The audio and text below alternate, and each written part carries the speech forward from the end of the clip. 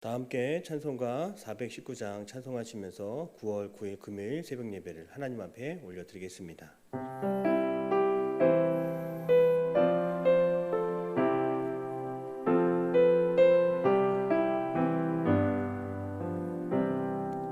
주 날개 밑 내가 편안히 쉬네. 밤 깊고 비바람 불어쳐도 아버지께서 날 지켜주시니 거기서 편안히 쉬리로다. 주 날개 밑 평안하다. 그 사랑 끊을 자니요. 주 날개 밑 내 쉬는 영혼 영원히 거기서 살리. 주 날개 밑 나의 피난처 되니 거기서 쉬기를 원하노라. 세상이 나를 위로치 못하나 거기서 평화를 누리리라. 주 날개 밑 평안하다. 그 사랑 끊을 자니요. 주 날개 밑 내 쉬는 영혼 영원히 거기서 살리. 주 날개 밑 참된 기쁨이 있네. 고달픈 세상 길 가는 동안 나 거기 숨어 돌보심을 받고 영원한 안식을 얻으리라. 주 날개 밑 평안하다. 그 사랑 끊을 자니요.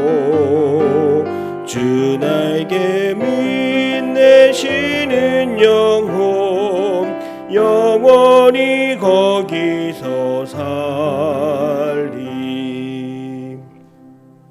사도신경으로 우리의 신앙을 고백드립니다.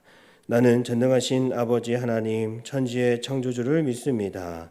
나는 그의 유일하신 아들 우리 주 예수 그리스도를 믿습니다. 그는 성령으로 잉태되어 동정녀 마리아에게서 나시고 본디오 빌라도에게 고난을 받아 십자가에 못 박혀 죽으시고 장사된 지 사흘 만에 죽은 자 가운데서 다시 살아나셨으며 하늘에 오르시어 전능하신 아버지 하나님 우편에 앉아 계시다가 거기로부터 살아있는 자와 죽은 자를 심판하러 오십니다. 나는 성령을 믿으며 거룩한 공교회와 성도의 교제와 죄를 용서받는 것과 몸의 부활과 영생을 믿습니다. 아멘. 찬송가 421장 우리 박수하면서 찬송하겠습니다.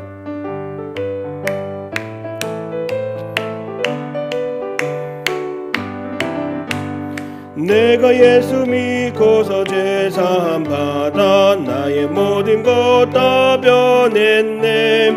지금 내가 가는 길 천국길이요. 주의 피로 내 죄가 씻겼네. 나의 모든 것 변하고 그 피로 구속받았네. 하나님은 나의 구원 되시오니 내게 정죄함 없겠네. 주님 밝은 빛에서 어둠에 지닌 나의 모든 것 다 변했네. 지금 내가 주 앞에 온전케 됨은 주의 공로를 의지함이세. 나의 모든 것 변하고 그 피로 구속받았네. 하나님은 나의 구원 되시오니 내게 정죄함 없겠네. 내게 성령 임하고 그 크신 사랑 나의 맘에 가득 채우며 모든 공포 내게서 물리치시니 내 맘 항상 주 안에 있겠네. 나의 모든 것 변하고 그 피로 구속받았네. 하나님은 나의 구원 되시오니 내게 정죄함 없겠네. 오늘 하나님이 주시는 말씀은 에베소서 4장 17절에서 24절까지의 말씀이 되겠습니다. 우리 한 목소리로 합독하시겠습니다. 하나님의 말씀을 받겠습니다. 그러므로 내가 이것을 말하며 주 안에서 증언하노니 이제부터 너희는 이방인이 그 마음에 허망한 것으로 행함같이 행하지 말라. 그들의 총명이 어두워지고 그들 가운데 있는 무지함과 그들의 마음이 굳어짐으로 말미암아 하나님의 생명에서 떠나 있도다. 그들이 감각 없는 자가 되어 자신을 방탕에 방임하여 모든 더러운 것을 욕심으로 행하되 오직 너희는 그리스도를 그같이 배우지 아니하였느니라. 진리가 예수 안에 있는 것 같이 너희가 참으로 그에게서 듣고 또한 그 안에서 가르침을 받았을진데 너희는 유혹의 욕심을 따라 썩어져가는 구습을 따르는 옛사람을 벗어버리고 오직 너희의 심령이 새롭게 되어 하나님을 따라 의와 진리의 거룩함으로 지으심을 받은 새 사람을 입으라. 아멘.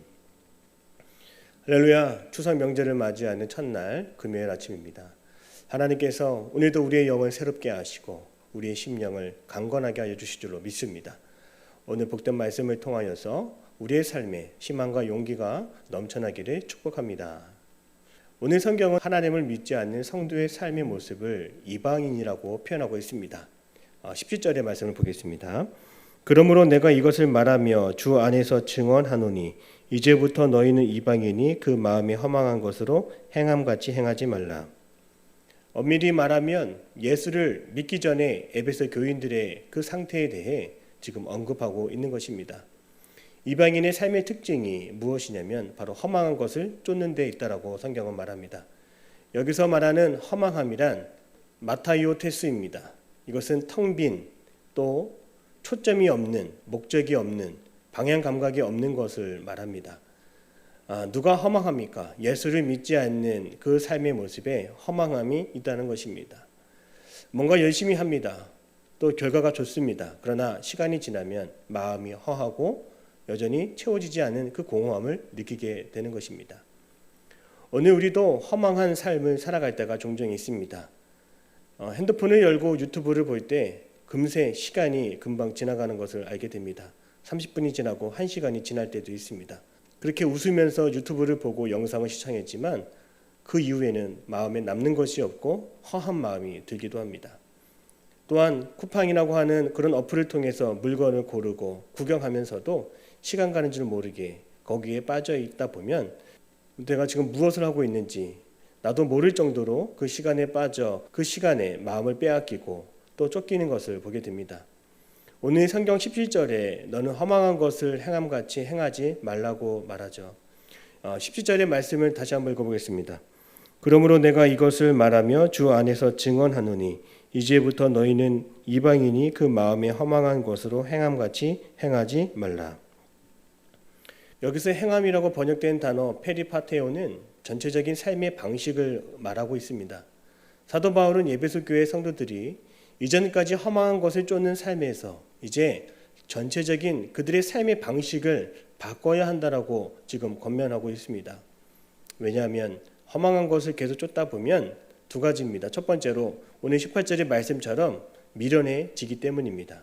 우리 18절의 말씀을 같이 읽겠습니다.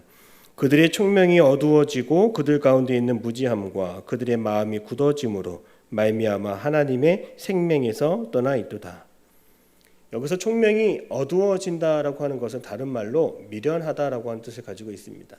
하나님을 알지 못하는 의인들은 미련하여 하나님의 생명에서 떠나 있는 자들입니다. 이들은 어떠하든지 하나님을 외면하고 부정하려고 하는 그런 모습들을 보입니다. 그리고 허망한 것을 쫓는 인생은 두 번째로 19절의 말씀에 나와 있습니다. 그들이 감각 없는 자가 되어 자신의 방탕에 방임하여 모든 더러운 것을 욕심으로 행하되. 여기서 또한 방탕이라고 하는 단어를 원어로 살펴보면 어셀게이아라고 하는 단어입니다. 이 어셀게이아는 허비하다, 필요 없이 소모하다라고 하는 뜻을 가지고 있습니다. 사도 바울은 하나님을 알지 못하여 허망한 것을 쫓음으로 미련하고 허비하는 인생을 가리켜 세 글자로 옛사람이라고 말합니다.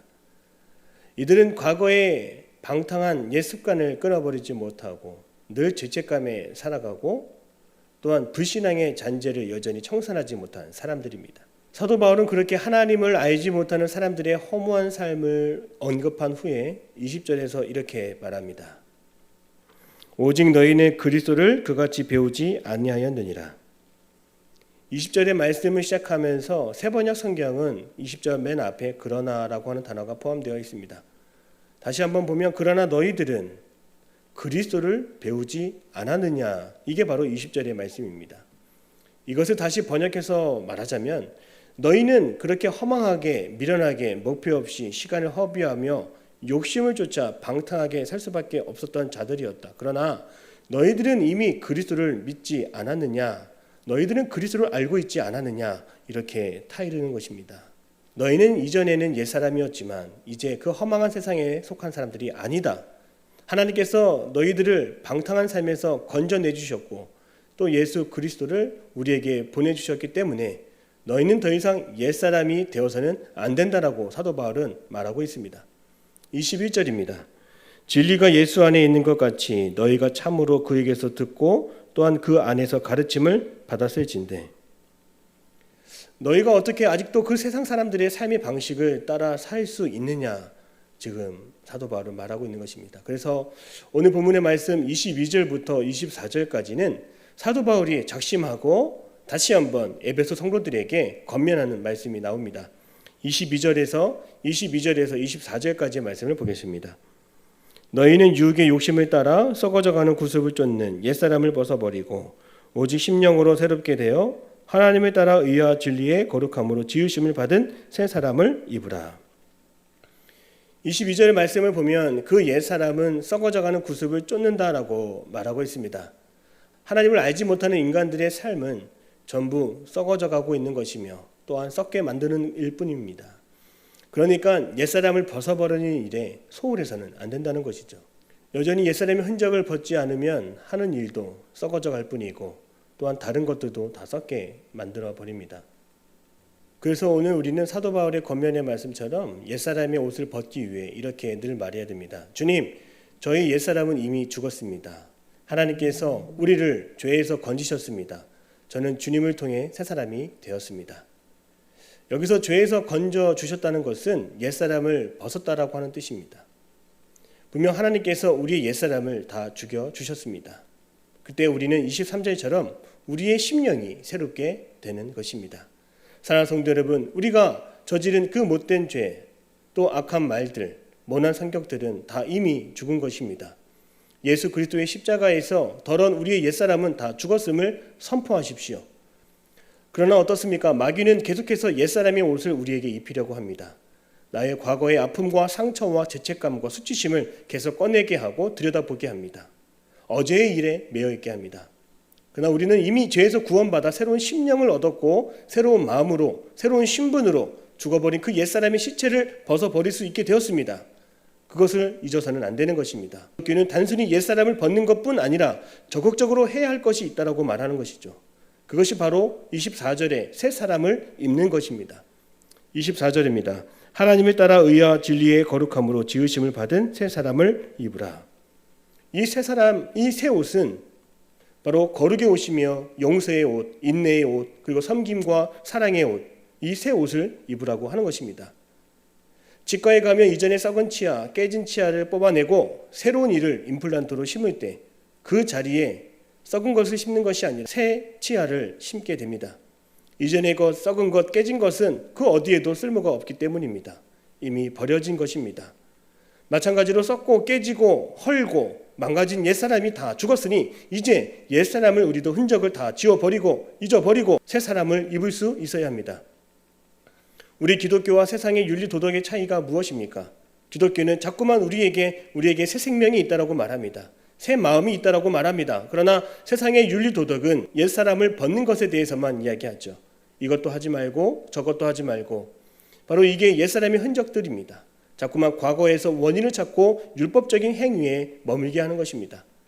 그러나 우리 성도는 구원받아 옛사람을 벗었으니 이제는 새 사람을 입는 사람이 된 것을 꼭 기억하십시오. 하나님께서 우리의 옛사람을 죽여주시고 우리 안에 새 사람을 창조해 주신 것은 끝이 아니라 우리의 인생의 시작인 것입니다. 새 사람으로 살아가기 위해 우리는 새 옷을 입을 수 있어야 됩니다. 감옥에 갇혀 있는 죄수들은 늘 수의를 입어야 합니다. 그 수의를 입고 있는 동안은 그들은 죄수의 삶을 살아가야 합니다. 군인은 군복을 입고 소방관들은 소방관의 옷을 입고 경찰은 경찰의 옷을 입습니다. 그 옷을 입고 있는 동안 그들은 모두 그 옷에 걸맞는 삶을 살아가게 되는 것이죠. 하나님께서 여러분에게 거저와 같은 옛사람의 옷을 벗겨주시고 하늘잔치에 걸맞는 새 옷을 우리에게 입혀주셨습니다. 새 사람의 옷을 입고 여전히 진흙탕에서 뒹굴고 과거에 매여 있으면 안 되는 것입니다. 그 옷에 걸맞는 품위 있는 삶을 살아가야 합니다. 그러므로 아침에 눈을 뜨자마자 오늘 우리는 내가 누구인지를 우리는 자신 있게 선포해야 합니다. 나는 이제 새 사람이다. 나는 더 이상 옛사람이 아니다. 나의 옛사람은 그리스도와 함께 십자가에 못 박히고 다 죽었다. 나는 더 이상 그 옛사람과는 관계가 없다. 이렇게 자신 있게 선포하기를 바랍니다. 바로 이것이 우리가 새 사람을 입는 훈련을 하게 되는 것입니다. 날마다 외치십시오. 그리스도 안에 있으면 나는 새로운 피조물이다. 나는 새로운 창조물이다. 보라, 이전 것은 다 지나갔다. 난 더 이상 예전처럼 악한 세상에서 똑같이 이전처럼 살아갈 수 없다. 나는 새 것이 되었다. 성도 여러분, 안에 있는 능력은 이미 주어졌습니다. 그러므로 옛사람을 벗으십시오. 새 사람을 입으시기를 바랍니다. 알코올이나 도박이나 마약이나 분냄과 시기와 질투 다 우리는 끊어버릴 수 있습니다. 옛사람은 이미 죽었습니다. 그러므로 이제는 하나님이 입혀주시는 새 사람의 옷을 입고 성도의 삶, 온전한 삶, 구원받은 삶, 평강의 삶, 은혜 받는 삶을 살아갈 수 있는 우리 모두가 다 되시기를 축복합니다. 기도하겠습니다. 사랑의 하나님, 오늘 우리가 주님 안에서 은혜를 입었습니다. 옛사람의 흔적을 벗어버리고 우리의 죄악된 것을 그 허물을 벗겨주신 하나님의 은혜로 우리는 새 사람이 되었습니다. 이제 새 사람에 걸맞는 행동을 하게 하시고 우리의 심령을 새롭게 하여 주셔서 우리가 새 마음을 품고 새 일을 능히 감당하게 하여 주시옵소서. 추석 명절을 맞이하는 오늘 이 하루 새롭게 시작하는 날이 되게 하여 주옵소서. 새롭게 다짐하게 하시고 하나님 나라를 위하여 우리가 마음에 새길 것이 무엇인지를 바로 알게 하여 주시옵소서. 추석 명절 오고 가는 발걸음 안전하게 지키시며 웃음과 행복이 넘치는 명절 되게 하여 주옵시고 추석 명절 온 가족이 함께 예배하는 하나님을 찬양하는 마음 품게 하여 주시옵소서. 주님께서 추석 명절을 통하여 가정을 새롭게 하시고 힘있게 하시고 용기와 소망이 넘치게 하여 주실 줄로 믿습니다. 주님께서 함께 하여 주실 것을 믿사오며 예수님의 이름으로 기도드립니다. 아멘. 하늘에 계신 우리 아버지, 아버지의 이름을 거룩하게 하시며 아버지의 나라가 오게 하시며 아버지의 뜻이 하늘에서와 같이 땅에서도 이루어지게 하소서.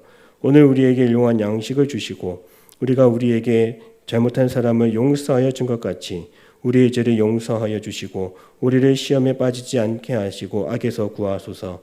나라와 권능과 영광이 영원히 아버지의 것입니다. 아멘.